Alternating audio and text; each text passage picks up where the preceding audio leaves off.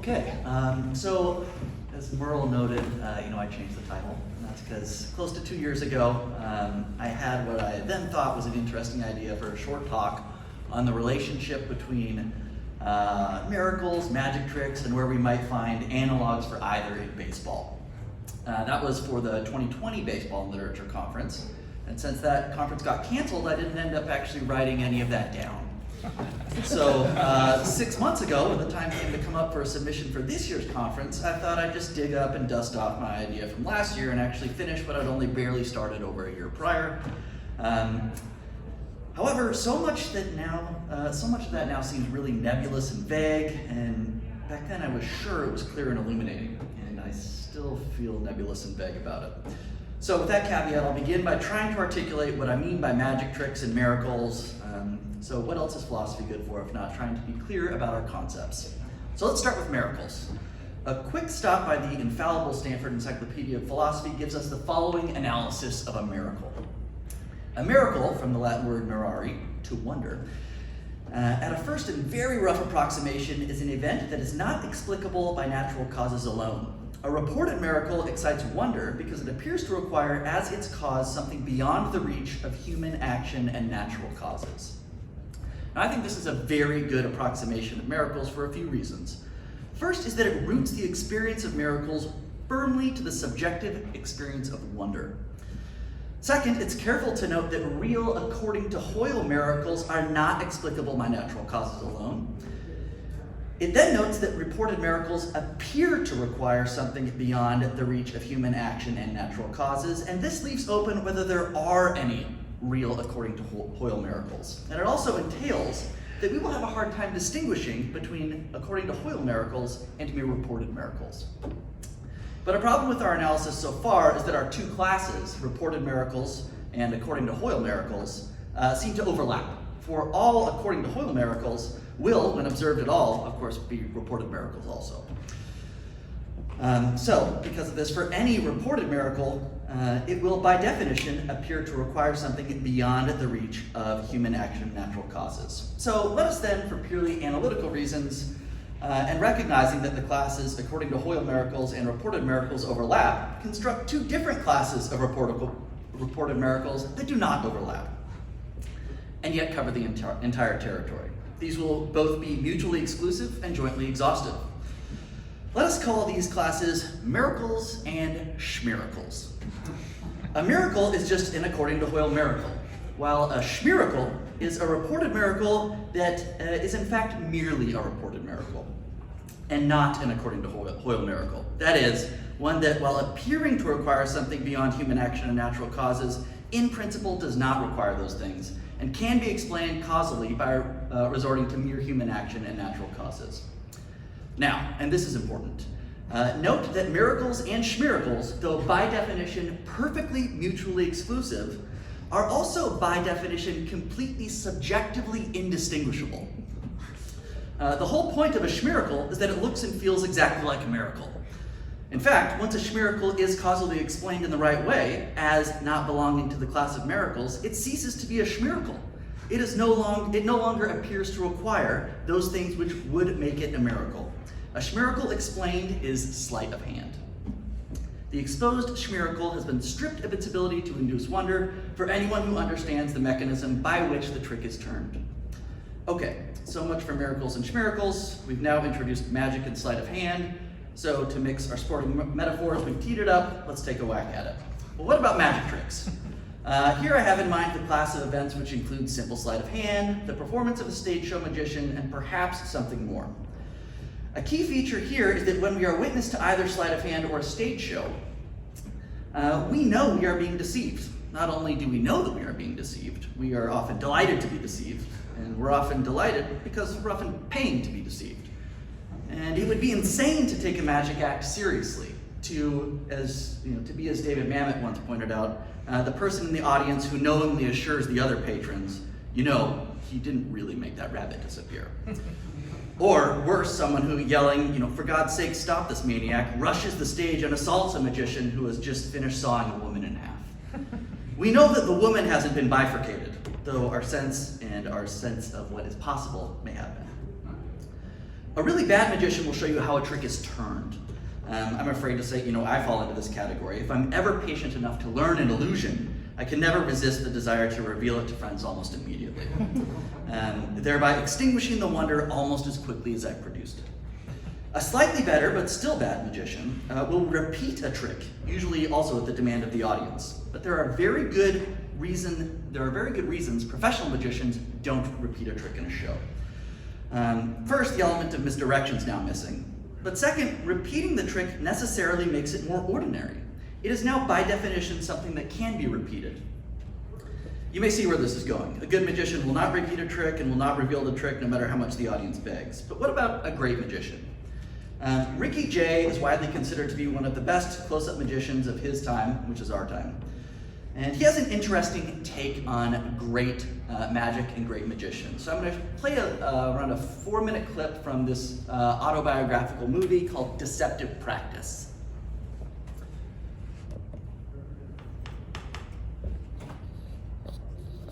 But I think that magic at its best is even impossible in that situation.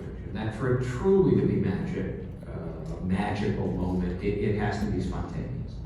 It has to be something that just happens, not in a stage show that's carefully plotted from beginning to end, but rather in a moment. Probably the most famous of those stories is about Bellini. That's what made his reputation, doing impromptu pieces.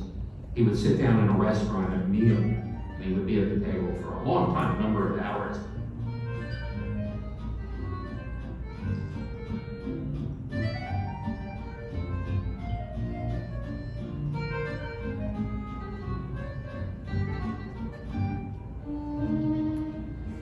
He never got up during the course of the meal, and eventually he would borrow a woman's hat, and then he would get a coin and he would spin it, and he would say lady or eagle. He would never say heads or tails. He would spin it and cover it with the hat.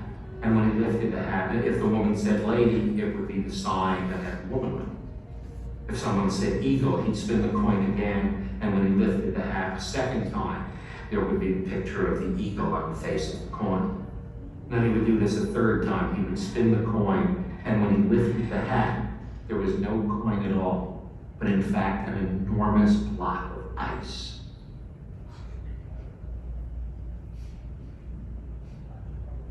So it was 1995, and I'd come on an assignment from The Guardian. I'd heard that the BBC was making a film about this very extraordinary close-up magician, and I came to write an article about him. I came in after the BBC had already started, and basically it was very clear the minute I arrived that it was not going well, and that Ricky, the director in particular, didn't get on very well. And essentially, the problem was the director was honoured Ricky, as I remember it, to produce a particular effect. He wanted a centrepiece for his film. And the more he demanded it, the more Ricky resisted. The tension built and built and built to the point where the BBC and Ricky were really barely talking. In the middle of all of this, I think as a break, we went out to the Huntingdon Library to try and take the tension out of it. He seemed to be altogether in a much better mood on this day, and we all noticed that. And Ricky said to me, come on, suddenly. He said, come on, let's go and have lunch. Which is quite unexpected because he's quite, he can be quite cantankerous, Ricky. I mean, I think he'd admitted himself, he can be quite difficult. And so he said, get in the car, Susie, we're going to Sunset Boulevard, we're going to have lunch together, and we'll do the interview. I got in the car, it was me and Ricky in the car, we started chatting, preparing the interview that we were going to do, and we took the wrong turning off the freeway, and so then we had to find our way back on, and so a journey that maybe should have taken an hour or something from Pasadena, I'm not sure how long it's supposed to take, took double, and it was fantastically hot on this day, and I couldn't help noticing, even at the time, I thought, gosh, he's taking this all very well, for such a sort of irascible man. And so then we got to the restaurant, and it was the worst possible place for an interview. It was full at lunchtime. It had glass on two sides from floor to ceiling. First there was a 20-minute wait for the table. And then we sat down at a table. Ricky was opposite me, and he was chatting away, and he started to talk about the tension there'd been with me BBC and saying, you know, I think that he regretted that this had happened and how he very much wanted to do this set piece that Paul had particularly asked for, that had been performed by a 19th century magician, Max Mellini, at a dinner party. And he started to tell me the story of Mellini at the dinner party, the hat, the dollar, and so on. And as he was telling me this story, I think I became aware at that moment that he had his menu open in front of him. So he was partly concealed behind this rather tall menu. And as he was telling the story, he said, and Mellini lifts up the hat. At that moment, he lifted up his menu, and on the table in front of me, I'll never forget it. I mean, on the table in front of me was this huge block of ice, and it was about a foot square. Really, I can't exaggerate. Huge block of ice that you later, when I picked it up, you know, held with two arms. I remember I burst into tears, and I think that shocked him a bit actually, because it was such a kind of violent reaction. You know, I just sobbed, and he said, I mean, he can be very gentle, Ricky, in fact, for all that he growls a lot. And I remember he said, I deceived you, it's what I do for a living in this way. But, you know, he also, I mean, it's a moment I'll never have again, you know, I'll never forget it. I mean, it was a kind of supreme piece of artistry that I witnessed that was done for me. I mean, that's what it felt like at the time. He had produced this extraordinary effect for me. I think I realised in that moment that this was, you know, what we'd all been waiting for, in a sense.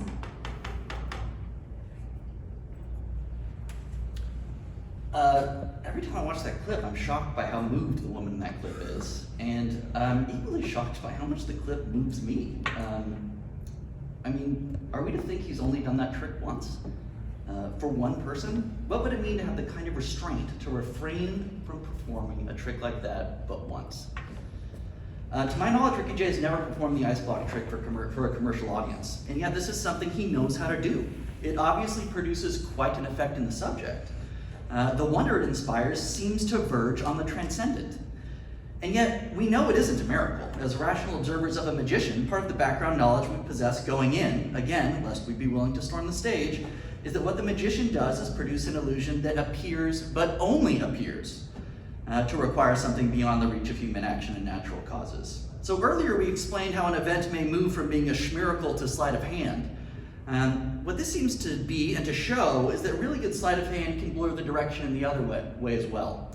Can move into schmiracle land, as it were. So, Justin, what does this have to do with baseball? Okay, well, baseball, perhaps more than any other sport, has its share of sleight of hand. Stunningly complex and choreographed hidden ball tricks involving perfectly executed misdirection, fake throws back to a pitcher who is careful not to actually mount the mound. Entire dugouts pointing frantically to wild pitches that haven't actually gone wild, all in the attempt to goad a runner off a base and into the mitt of an infielder who finally reveals that they're in the possession of the ball. Is this your card, Mr. Base Runner? However, a key feature of these maneuvers is that they must immediately be recognizable as sleight of hand to the runner. The umpire must be able to explain how the trick was turned. We wouldn't accept from the umpire the statement, well, I don't know how the ball got in the glove, but there it is, so you're out. There needs to be a publicly available, even if well-concealed, chain of custody. So these aren't miracles, and they're not really schmiracles either. So, though there are clearly moments of brilliant trickery in baseball, are there also moments of transcendence? And it's here that I think baseball has, more than most other sports, something to offer us. And I'm talking in particular about the perfect game. As I'm sure everyone knows here, a perfect game is a victory that lasts 9 innings where no member of the losing team reaches any base safely by any means. No hits, walks, errors, etc. 27 batters take the plate, and 27 batters are retired in that order. Now, in the 150-year history of Major League Baseball, with almost 250,000 games played, there have been only 23 perfect games. Furthermore, no pitcher has ever thrown more than one. The most recent perfect game was thrown by Felix Hernandez in 2012. There have been decades like the 1910s, the 1930s, and the 40s, and the 1970s where no perfect game was thrown at all, and the longest stretch between perfect games was 33 consecutive seasons. And so, when we look at the rarity of perfect games and combine that rarity with the seemingly stochastic distribution of perfect games over the years, we can tell a kind of interesting story. In the 20th century, there were perfect games thrown in 1904 and 1908. Then Charlie Robinson threw a perfect game for the Chicago White Sox against the Detroit Tigers on April 30th, 1922. There wouldn't be another perfect game until Don Larson threw one for the Yankees against the Brooklyn Dodgers on April 8th in 1956. So for over 30 years, no one had thrown a perfect game. Further, the first baseball game was broadcast for television in 1939. So there was no visual record of anyone throwing a perfect game prior to 1956. Whole generations of players and fans had grown up and aged out of the game, for whom a perfect game must have seemed like something that reportedly happened back in the day. But no one, or very few people, could even remember what that was like. And then 1956 came around. Larson's perfect game wasn't just the first perfect game in 33 seasons, and the first perfect game to be televised. It was Game 5 of the All-New York World Series. It was the first perfect game ever thrown in the World Series. Hell, it was the first no-hitter ever thrown in the World Series. It remains the only perfect game and the only no-hitter in the World Series, period. It is one of the most impressive accomplishments in the history of baseball. So this photo is Yogi Berra leaping into the arms of Larson following the 27th out. And the distribution of perfect games isn't only stochastic, it's spooky. So from the Wikipedia page on perfect games, we find this quote. By coincidence, the second Yankee pitcher to throw a perfect game, David Wells, in 1988, graduated from the same high school as Larson, Point Loma High School in San Diego, California. In another coincidence, Larson was in attendance when a third pitcher, David Cohn, threw a perfect game in 1999 on the same day that Larson and Yogi Berra, the catcher in this photo and in the 1956 perfect game, were invited to do the ceremonial first pitch. Of course, to say that something happened, and this is me talking now, not Wikipedia, to say that something happened by coincidence is to rule out, a priori in this case, something beyond the reach of human action and natural causes going on here. Like, say, perhaps the Yankees sold their souls to Satan in 1956, but the Dark Lord himself uses Larson as a vehicle to transmit this rare power to other pitchers in pinstripes. But I digress. So, what does this tell us about throwing a perfect game? Does it fit into any of our conceptual categories so far? Is throwing a perfect game a trick one can master? You certainly can't practice it the way you can practice a particular pitch, or a particular illusion. You can say someone throws a mean slider, but it would be dumb to retort, yeah, well, his slider's really good, but you should see his perfect game. Is throwing a perfect game and this is all to make the point that while these pitchers are certainly trying to throw a perfect game, and it's hard to imagine somebody willing something more forcefully than a pitcher in the ninth inning of a perfect game, they, and this is the point, they literally don't know how they are doing it. Larson is reported to have said of his performance, "I had great control. I've never had that kind of control in my life." He's not saying, I guess I just tried something different. I tried to control the ball this game. He's saying, I had a kind of control I never had before, and I never had since. We also know that they don't know how to do it because no one's ever done it twice. I mean, there's a sense in which they do know how to do it, but it's the sense in which we all know how to do it. If you ask incredulously, how'd you throw a perfect game? It will be of no use to be told, well, it's pretty simple actually. You just retire 27 batters in a row. It won't help if you say, yes, but how did you retire them in a row? And somebody could tell you, well, you just retire them one at a time, one right after the other. You've retired a batter before, right? Just do that a bunch of times in a row. There's no plainer English than this. What more instruction do you need? And it's useless. So, and this is my point about throwing a perfect game. It isn't just that it's a feat which inspires wonder in those who are watching. It isn't just that it is rare enough that those watching could be forgiven for thinking that the event cannot be explained by natural causes. The important point is that the person performing the task itself cannot explain how they are doing it in a way which would enable it to be reliably repeated. Let's take one more look at reported miracles, in particular some examples. In In the spirit of inclusiveness, let's consider some miracles of Moses, which appear in the big three monotheistic religious traditions. Let's consider turning a staff into a serpent and parting the Red Sea. When Moses or Aaron's staff turns serpent and then back again, importantly, Pharaoh's magicians are able to perform the feat as well. Staffs are turning serpent and back all the time and all over the place, apparently. I mean, you wonder what people pick up when they go out to walk, right? The reader begins to wonder, since the magicians can do it, presumably they can teach it. That's how they teach each other. The whole point of the court magicians being able to repeat the feat is that the feat is repeatable, because this is apparently something that someone can know how to do. In contrast, consider Moses' parting of the Red Sea. This is done only once, and it's not like Moses has been practicing this. It's never repeated. He certainly doesn't teach anyone how to do this, and it's unclear that he could. That is, if we take the text at its word, it is a miracle, and it is precisely this that counts in favor of its being a miracle, that it cannot be explained but by referring to something beyond human action and natural causes. Since my time is short, I need to raise and answer the question which I have been circling for the last 15 minutes. Given all the categories we've developed and examples we've been discussing, is throwing a perfect game a miracle? And here, I think the only thing it makes sense to say, and the only thing I can say is, miracle schmiracle. Thanks.